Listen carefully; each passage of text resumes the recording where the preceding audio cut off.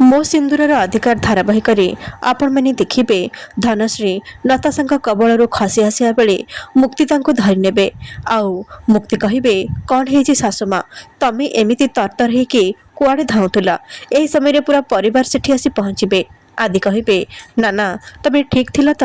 ତମେ ଏବେ ଏବେ କୋମାରୁ ଫେରିଛ, ଆଉ ତମେ ଏମିତି ହସ୍ପିଟାଲ ବାହାରକୁ କାହିଁକି ଚାଲି ଆସିଲ? ଆଉ ରୋଡ଼ରେ ଦୌଡ଼ିକି କୁଆଡ଼େ ଯାଉଥିଲ? ଧନ କହିବେ, ମୁଁ ପୁରା ଡରି ଯାଇଥିଲି, ସେଥିପାଇଁ ଏଠିକି ଚାଲି ଆସିଲି। ଏପଟେ ଶାଲିନୀ କହିବେ, ନତାଶା ଗଲା, ସବୁ କିଛି ଏବେ ଜଣା ପଡ଼ିଯିବ। ଆଉ ପିଇସି ସମସ୍ତଙ୍କୁ ଜଣେଇଦେବେ ଯେ ତମେ ତାଙ୍କୁ ମାରିବାକୁ ଚେଷ୍ଟା କରୁଥିଲ। ଏବେ ତ ତମ ଗେମ୍ ଓଭର ହେଇଯିବ। ନତାଶା ଏହି ସମୟରେ ଆସି କହିବେ, ଆପଣମାନେ କେହି ବି ତାଙ୍କ କଥାକୁ ବିଶ୍ୱାସ କରନ୍ତୁନି।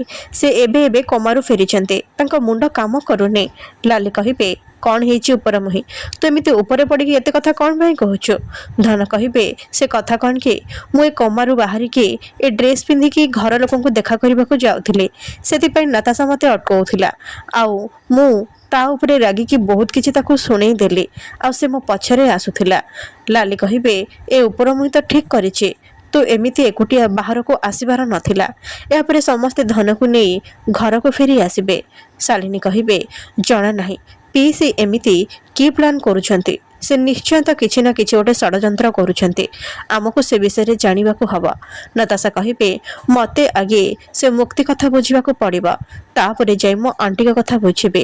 ତାଙ୍କ ଷଡ଼ଯନ୍ତ୍ରକୁ ମୋତେ ତାଙ୍କ ଆଗରୁ ଜାଣିବାକୁ ହବ, ନହେଲେ ସବୁ କିଛି ଗଡ଼ବଡ଼ ହେଇଯିବ।